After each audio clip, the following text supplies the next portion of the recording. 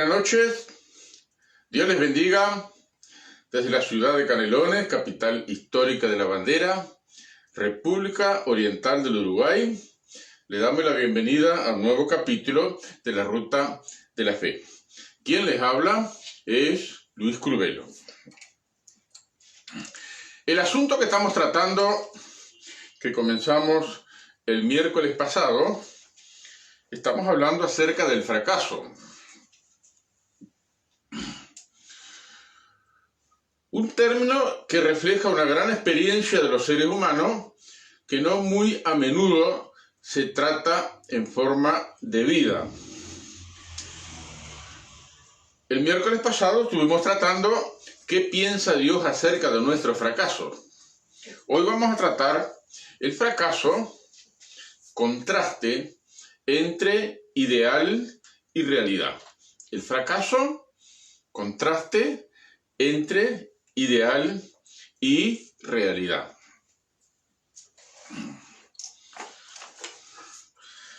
Voy a dividir en esta noche la reflexión en tres partes. Primero, voy a dar lectura de algunas definiciones que andan por ahí.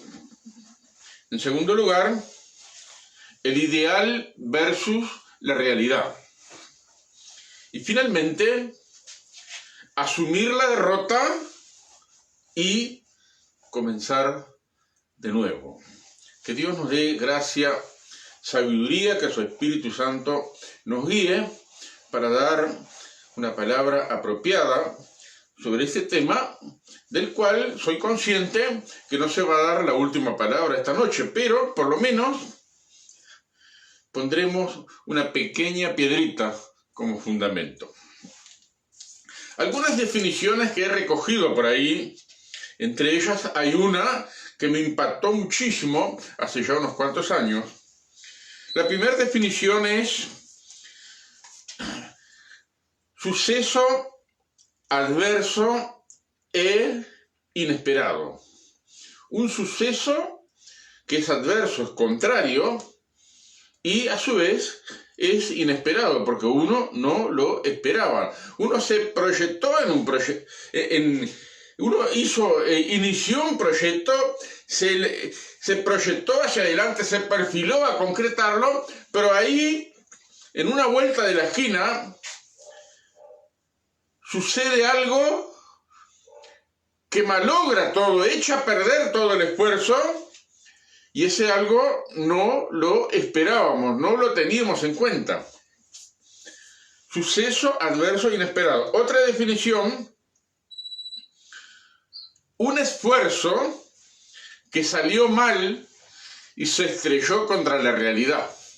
Un esfuerzo que salió mal y se estrelló contra la realidad. Esto es una experiencia conocida de todos los seres humanos, porque todos, de una manera u otra, nos esforzamos por mejorar en nuestra vida, en nuestra convivencia, y por ahí nos damos cuenta que algunos esfuerzos se malogran con las subsiguientes pérdidas que ocasiona el malogro de ese suceso, y nos estrellamos contra algunas realidades que no tuvimos en cuenta. Otra definición que es mucho más profunda y que invita también a un análisis profundo, esta definición dice así: el estímulo de competitividad genera que el fracaso sea visto como un estigma. El estímulo de competitividad genera que el fracaso sea visto como un estigma, en el cual hay ganadores y hay perdedores. Los ganadores se llevan los laureles y los perdedores se llevan las críticas. Esto es una gran realidad que vamos a desarrollar en el segundo punto, entre el ideal y realidad. Otra definición muy interesante, esta la escuché desde niño, me quedó grabada, pero francamente nunca la entendí. Y ahora en el tema de estar haciendo un acopio de de definiciones que ilustren un poco lo que es el fracaso. Desde niño, una frase que escuché muchas veces y a lo largo de mi vida hasta ahora, y el otro día justamente en una película que estaba mirando de origen alemán, una película hecha en Alemania, se dio esa frase que dice así: quedarse en la estacada.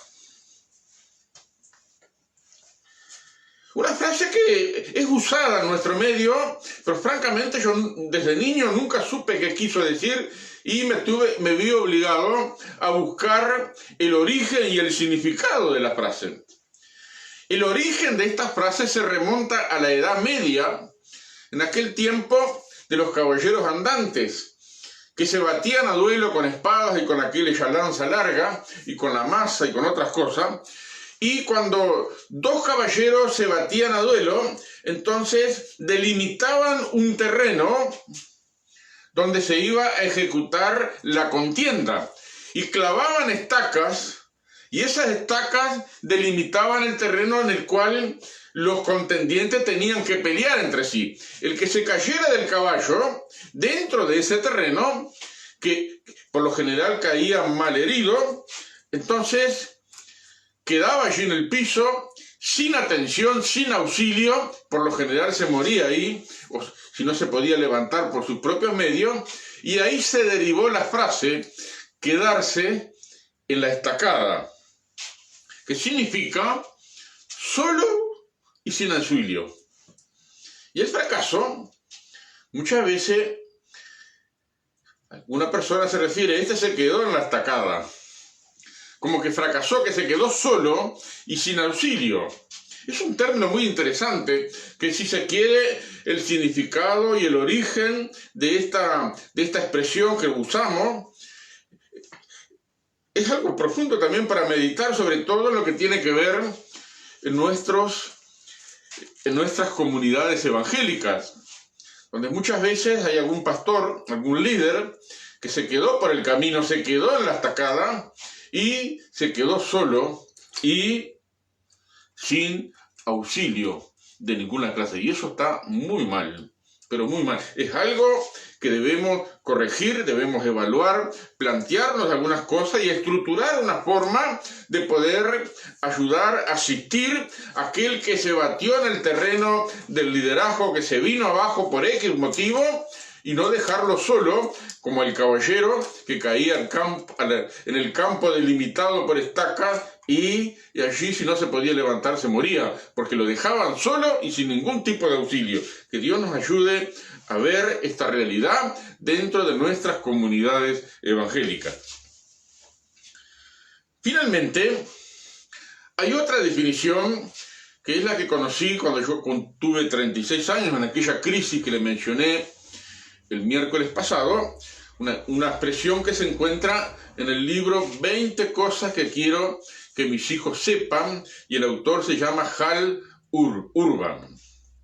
Y esta definición, que para mí fue transformadora, dice: el fracaso es el desenlace natural de un intento. El fracaso es el desenlace natural de un intento. Y cuando leí esa frase y la comencé a meditar, fue cuando me di cuenta por primera vez en mi vida que el hecho de haber tenido tantos fracasos no significaba que yo era un fracasado. Y de la misma manera podemos animar a las personas, amigos, hermanos de la iglesia, vecinos, parientes, que también hacen intentos por salir adelante, y esos intentos de alguna manera se frustran, se malogran, se echan a perder, y el desánimo, la frustración y todo eso que conlleva el estado de fracaso lo deja en una situación muy vulnerable, en el cual nosotros tenemos que pensar con propiedad que el hecho de fracasar, el hecho de que las cosas no nos salieron como pensábamos, el hecho de saber que algunas cosas nos salieron al paso que no teníamos en cuenta, no nos hace de ninguna manera un fracasado. Porque el fracasado no intenta nada, pero nosotros hemos intentado salir adelante, hemos intentado levantarnos, nos hemos proyectado a una estrategia para lograr una bendición, para lograr un beneficio, pero por X motivo, todo eso se arruinó. Eso no significa que uno sea un fracasado. Tenemos que tener presente que el hecho de fracasar no significa que seamos fracasados. Porque de hecho, después que uno fracasa, y si tiene un poco de equilibrio emocional, bueno, se sacude el polvo, hace un análisis de la situación, revé todo el asunto y comienza de nuevo. Estas son algunas definiciones. Las voy a repetir así rapidito. Suceso adverso e inesperado. Segundo, un esfuerzo que salió mal y se estrelló contra la realidad.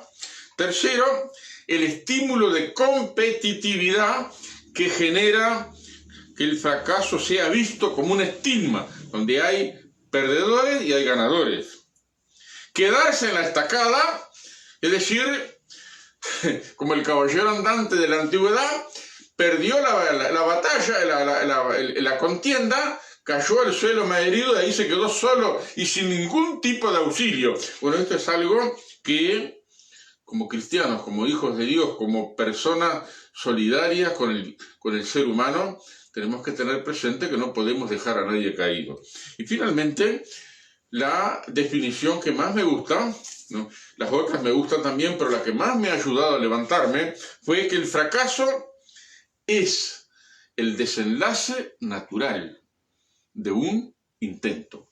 Intenté algo, me fue mal.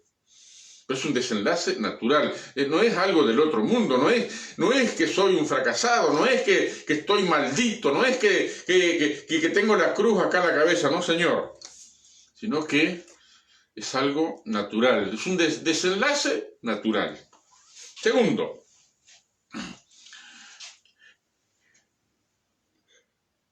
el ideal versus la realidad. Quizás algunos de ustedes, al escucharme las cosas que voy a decir con respecto a esto, alguno piensa, bueno, esto no sabe ni dónde está parado, pero permítanme desarrollarlo, expresarle algunas cosas que han sido fruto de las vivencias, de las observaciones y, como ministro cristiano, haber ingresado a cientos de hogares durante más de 44 años de ministerio junto con mi esposa.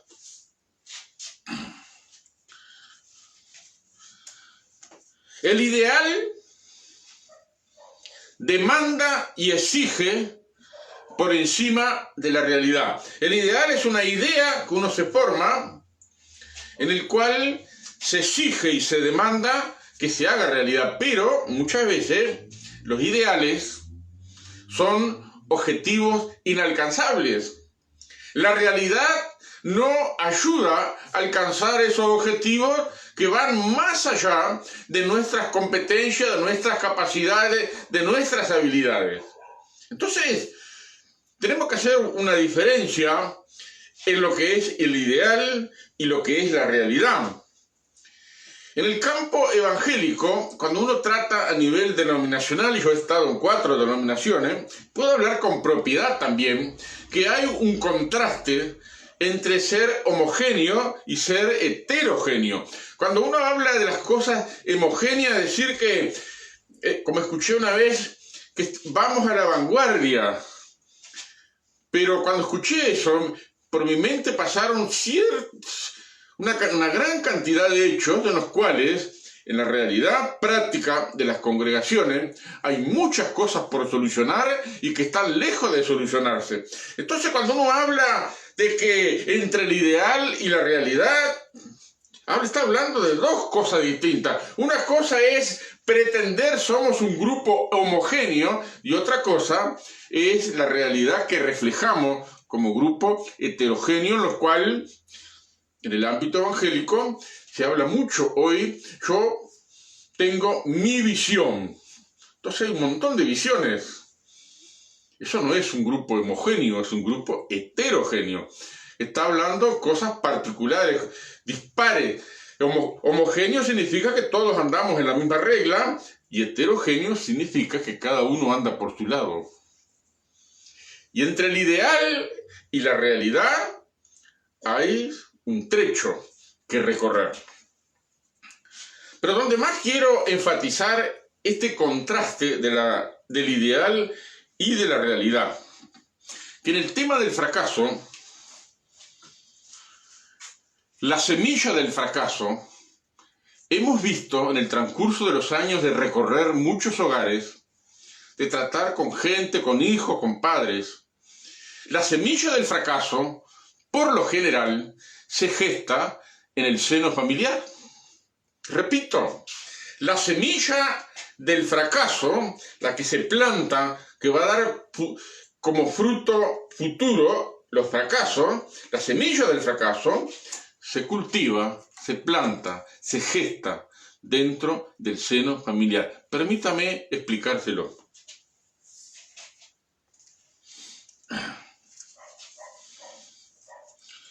Muchas veces los padres exigen a los hijos cosas en las cuales ellos como padres nunca se destacaron.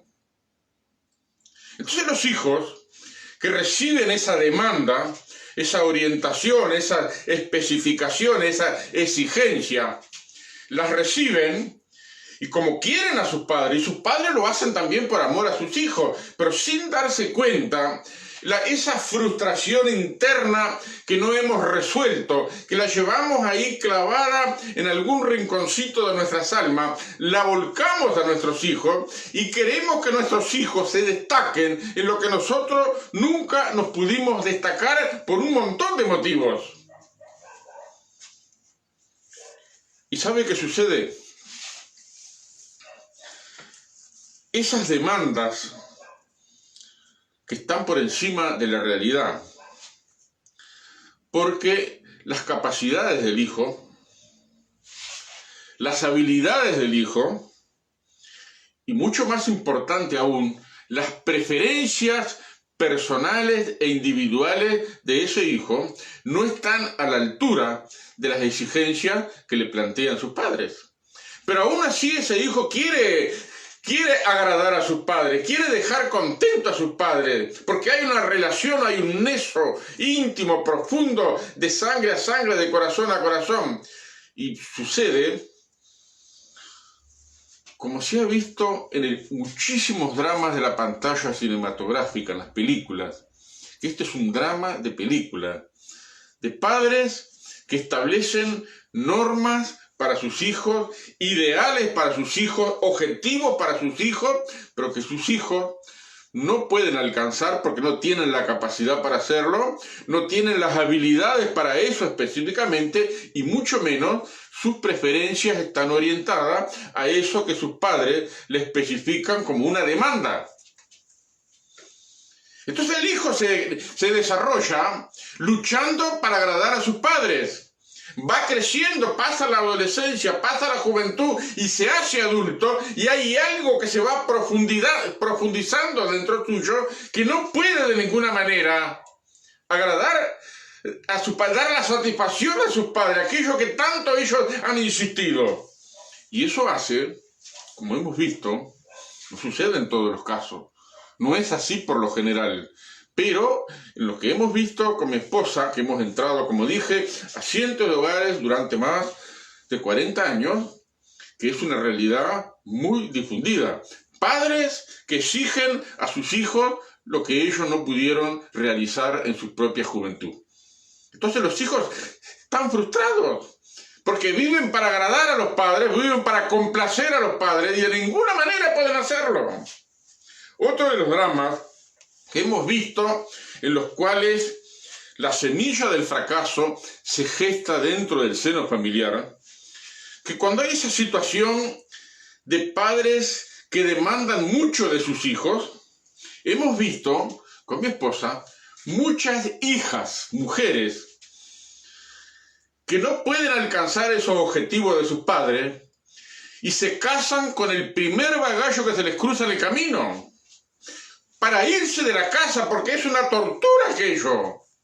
No pueden complacerlo, no pueden agradar, no pueden alcanzar. Entonces se enamoran, porque el ser humano también se enamora, los hombres, las mujeres nos enamoramos, y en el caso ya hay una necesidad urgente, y hemos visto muchas hijas mujeres huir del hogar, casándose con el primer bagallo que se les cruzó en el camino. Luego, en su vida matrimonial, repitieron los mismos errores. Entonces, el síndrome de fracaso, el estigma de fracaso, se imprime dentro de sus almas.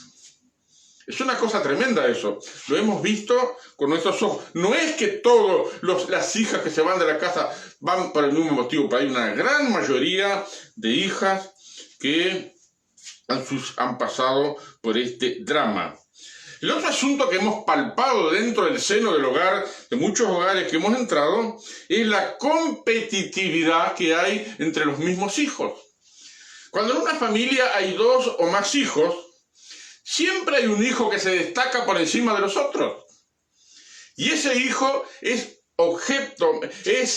recibe las atenciones especiales de los padres. Entonces, cuando viene visita a la casa, lo primero que hacen es mostrarle el carnet de la escuela de ese hijo que se destaca por encima de los demás. Y los otros hijos, cuando ven todo lo que se pondera de ese hermano suyo, que tiene la mejor nota, que sobresaliente en muchísimas cosas, entonces hay dolor en el corazón, hay celos, hay bronca, hay frustración. Y cuando esos hermanos van creciendo, muchos de ellos se separan. Se ven de vez en cuando en algunas ocasiones especiales, pero no están ligados en el vínculo de hermanos, porque dentro del seno del hogar los padres cometieron el error de expresar preferencia a uno de los hijos o una hija. Y sumado a esto, lo que hemos visto con nuestros ojos, que ese hijo o esa hija que tiene las atenciones especiales de los 2 padres, a la hora de repartir la torta, esa hija o ese hijo, de preferencia, recibe el pedazo más grande de torta. Los otros reciben el más chico. Y eso es algo que se impregna, que no solamente entra por los ojos, que lo ven, sino que los sentimientos lo van imprimiendo dentro de sus propias almas. Imagínense lo que será en la vida adulta de esos hermanos que, estando viviendo en la misma casa, siendo de la misma sangre, teniendo los mismos padres, fueron, si se quiere, de alguna manera, separados por los mismos padres al destacar las preferencias de uno por encima de los demás. Otro drama que hemos visto, del cual puedo decir con propiedad, aunque no soy psicólogo ni profesional de la salud mental, pero con la simple observación que como ministro de Jesucristo me ha permitido entrar en muchos hogares con mi esposa, hemos visto el caso de los hijos únicos. Conocemos muchos hijos únicos, el único hijo que hay en una familia, que son una bendición, se han destacado para bien, han canalizado bien sus vidas. Pero hay una gran mayoría de hijos únicos cuyos padres, que los amaban, los querían lo mejor para ese hijo único, lo perfilaron a ese hijo único como el centro del universo, que todo estaba girando alrededor de ese hijo.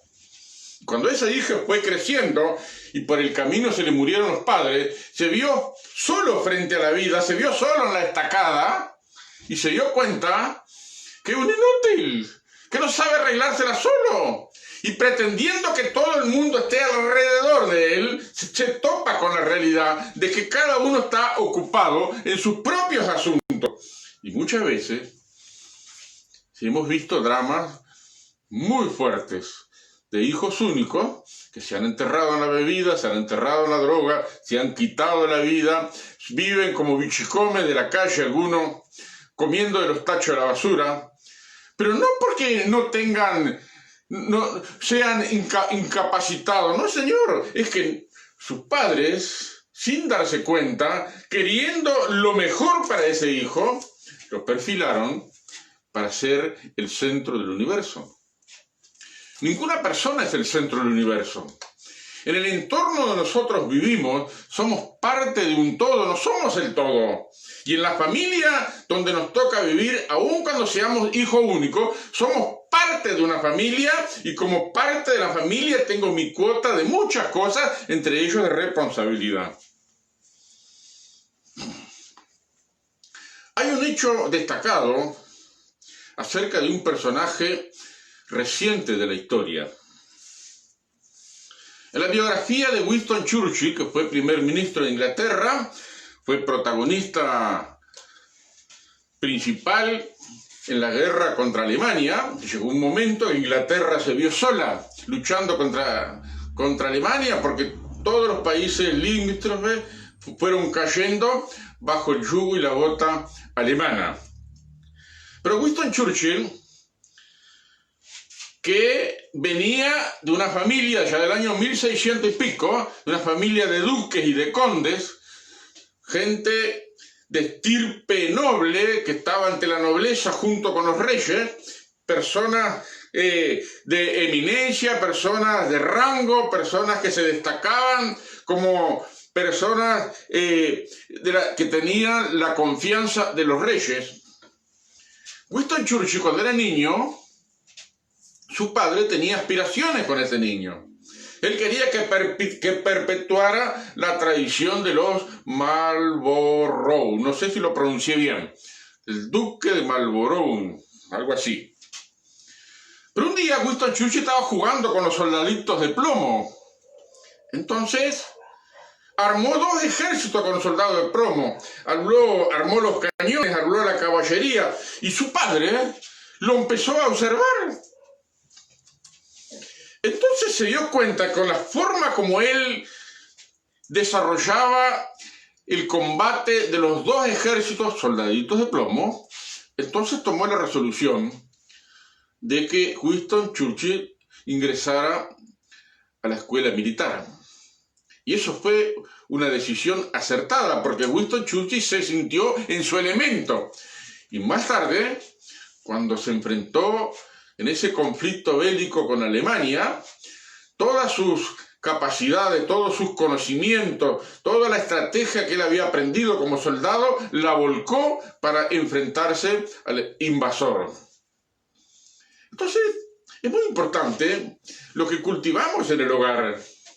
Los padres tenemos una responsabilidad con nuestros hijos. Los hijos no son réplicas de nosotros mismos. Miren, para terminar este punto, mi esposa y yo venimos de padres bastante similares. Padres con la idea del patriarcado autoritario, que son padres que tienen las botas puestas de padre hasta el último día de su vida. Así nos inculcaron los padres de ella y los míos. ¿Y saben lo que ha sucedido? Que llegamos a darnos cuenta que nos robaron la iniciativa personal, nos robaron la idea de pensar por nosotros mismos, nos impusieron un modelo, nos impusieron una norma, nos impusieron unos parámetros y unos principios que nos encajonaron de eso y no nos dejaron volar con nuestras propias alas. Nos dimos cuenta con mi esposa de esto y decidimos en común acuerdo que le íbamos a dar a nuestras hijas lo que a nosotros no nos dieron. Entonces, una de las cosas interesantes que ya desde niña, desde que eran chicas, les perfilamos que debían estudiar, que debían abrirse camino en la vida para forjar su propio futuro. Y el estudio era una herramienta ideal y necesaria para llegar a ese forjamiento del futuro. Y lo hicieron bien. Hoy nuestras tres hijas tenemos la satisfacción y el orgullo de ver, en ese orgullo sano, natural, de ver que nuestras tres hijas se desenvuelven lo más bien. Cada una tiene su temperamento distinta de las otras. Cada uno tiene su propia visión de la vida distinta de las otras. Pero las tres se han desarrollado muchísimo mejor que nosotros, sus padres.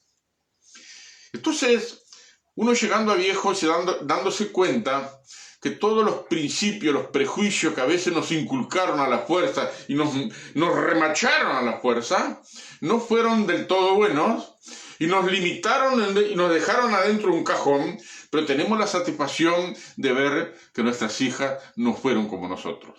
Damos gracias a Dios por eso. Nosotros ya estamos programados para ser de una manera, pero ellas, gracias a Dios, se programaron para ser de otra manera. Entonces, para concluir este punto, no podemos pretender que si no nos hemos podido destacar en un área de la vida que queríamos hacerlo, nos podemos exigirle a nuestros hijos que lo hagan por nosotros. Otra de las cosas graves, pero muy graves, que hemos visto ingresando en los hogares, es que los padres pretenden que los hijos se comporten como adultos. Han ocurrido muchísimos accidentes, sobre todo con niños pequeños, porque los padres dejan la responsabilidad y el cuidado de los niños más pequeños en sus manos. Y un niño de 12 años no es un adulto. Un niño de 12 años no tiene todavía la madurez y la capacidad para estar concentrado en el cuidado de un niño pequeño. Por ejemplo, se han dado casos de niños pequeños que algunos hasta se han muerto por un descuido de un niño que lo estuvo cuidando, pero la culpa no la tenía ese niño, sino los padres que le asignaron al hijo mayor o a la hija mayor el cuidado del niño más pequeño. En otras palabras, que como pude apreciar en una película de John Wayne, que iba a cruzar un río, pero allá del otro lado del río, en una roca, lo estaba esperando uno con un rifle. No tenía que dejar pasar a nadie. Y resulta que el muchacho joven, de menos de 18 años, que el padre lo dejó allí para custodiar que no pasara nadie, se durmió. Y entonces cuando sintió el chapoteo del caballo en el agua, se despertó de golpe y tiró un tiro, le erró. Y entonces John Wayne le tira un tiro y le pega en el estómago, que luego se muere. Cuando se lo lleva al padre y se hizo responsable de la muerte, le echan cara al padre lo siguiente: pusiste a un niño a hacer el trabajo de un hombre. Pusiste a un niño para hacer el trabajo de un hombre. ¿Cuántas veces ha sucedido en la vida cotidiana que los padres que piensan que los niños mayores tienen que comportarse como adultos y le asignan responsabilidades de adultos que luego descuidan y son castigados, y algunos de ellos hasta de por vida? Porque fíjese, un niño de 12 años que por un descuido el hermano chico se murió, se ahogó, se quemó, se prendió fuego, se cayó entre un poco y se ahogó. Se fue al waterclub, se trepó al waterclub, cayó de cabeza allí en el agua y allí murió ahogado. Fíjese la gran carga emocional que va a tener su hermano de por vida. ¿Pero de quién tiene la culpa? ¿El niño? No la tiene el niño, la tienen aquellos padres que, siendo adultos, asignaron a un niño la tarea de un adulto. Entonces eso también se siembra la semilla del fracaso, porque ese niño de 12 años un día va a ser hombre o va a ser mujer y va a tener que enfrentar sus propias cosas con ese estigma del fracaso grabado dentro de sí mismo. Finalmente, para terminar, quisiera leer una palabra que fue la primera palabra que Dios me dio para levantarme del fracaso. Esta palabra se encuentra en el Salmo 37, versículo 23 y 24. Todo el Salmo 37 es precioso. Uno de los primeros versículos que aprendí de este Salmo está en el verso 25. Dice: joven fui y he envejecido, y no he visto justo desamparado, ni su familia que mendigue pan. Eso fue el primer versículo que aprendí ya cuando tenía 17 años, al poco tiempo de haber convertido. Aquello se grabó. Pero después, a la edad de 36 años, Dios me dio esta palabra en el mismo Salmo, el verso 23 y 24. Dice así: Por el Señor son ordenados los pasos del hombre, y Él aprueba su camino. Cuando el hombre cayere, no va a quedar postrado. Cuando el hombre cayere, sinónimo de fracaso, no va a quedar postrado, porque el Señor sostiene su mano. Hay dos cosas interesantes que pude ver cuando el Señor me dio este salmo. Primero, Dios prevé que vamos a fracasar. Dios ya prevé que en algún punto de nuestra vida vamos a fracasar. La segunda cosa destacable que presenta este salmo dice que cuando en esa previsión de Dios de que el ser humano va a caer, no va a quedar postrado, porque Dios sostiene nuestra mano. Es como cuando nuestros hijos empezaron a caminar. En su mente, aunque no hablaban mucho, ellos anhelaban desplazarse con independencia caminando. Pero entre el querer y el hacer hay un trecho.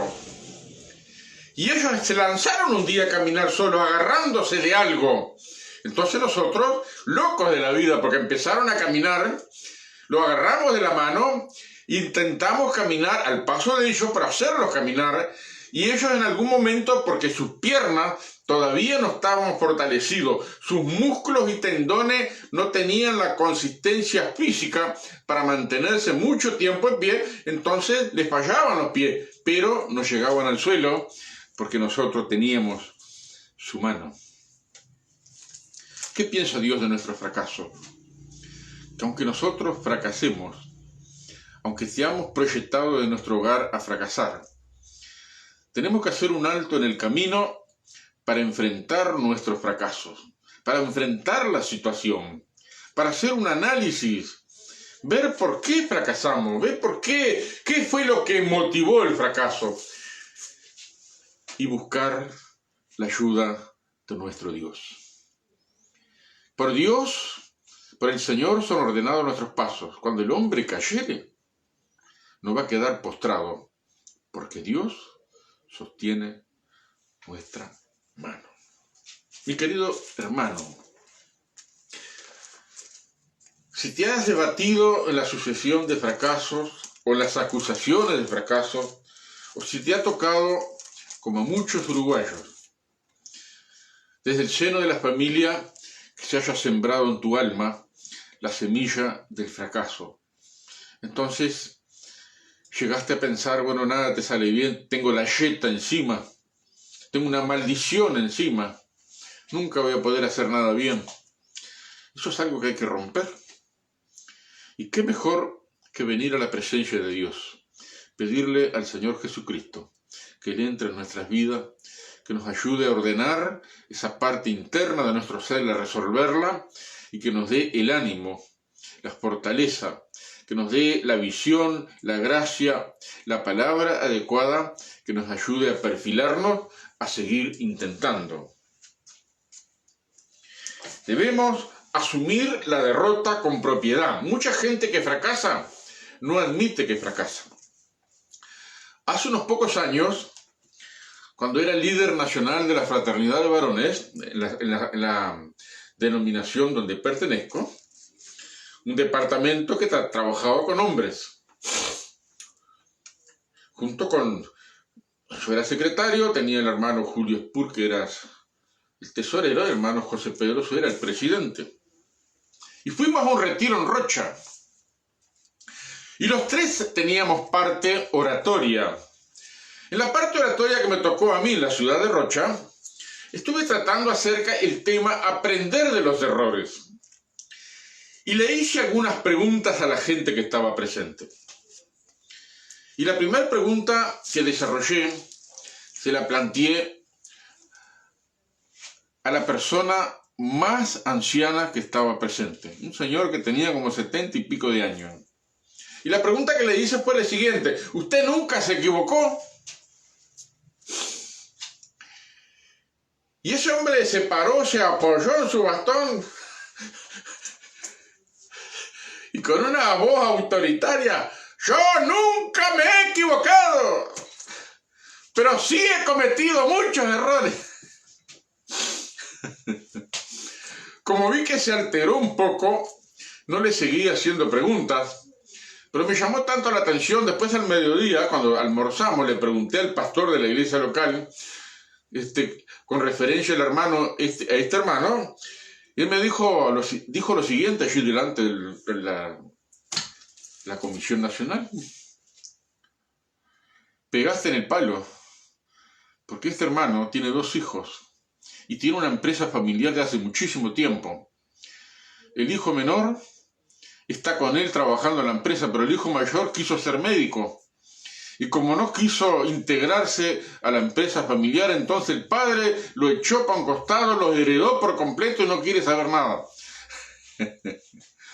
Eso es lo que sucede cuando tenemos objetivos que no son los objetivos que tienen nuestros hijos y sembramos en ellos un distanciamiento, una frustración, en muchos casos ese sentimiento de fracaso que los va a acompañar hasta el último día de su vida, a menos que lo resuelva y lo ponga en las manos de Dios.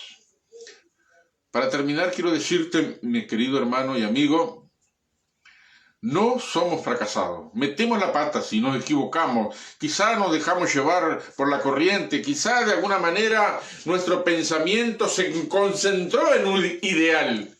Pero luego la realidad nos golpeó fuerte y nos mostró algunas cosas que no teníamos en cuenta. Por Dios son ordenados los pasos del hombre y Él aprueba su camino. La buena noticia es que cuando el hombre cayere, si tú y yo caemos, no vamos a quedar postrados, tirados en la estacada, sino que Dios va a levantar nuestra mano. Que Dios te visite y haga prosperar tu alma, y esta reflexión, quizás no bien expresada en los términos de un profesional, pero que sale de mi corazón porque mucho de eso he vivido y he visto en otras personas, y he tenido la satisfacción también de ver a personas que mediante el ánimo que le hemos infundido se levantó de la derrota para andar en el éxito. Que Dios te visite y haga prosperar tu alma. En el próximo miércoles, Dios mediante, vamos a tratar otro aspecto del fracaso: arriesgándose a fracasar. Si quieres saber de qué vamos a tratar sobre este tema, arriesgándose a fracasar, bueno, los espero el próximo miércoles a las 21 horas en un nuevo capítulo de la Ruta de la Fe. Dios te bendiga, adiós y muchas gracias por la atención.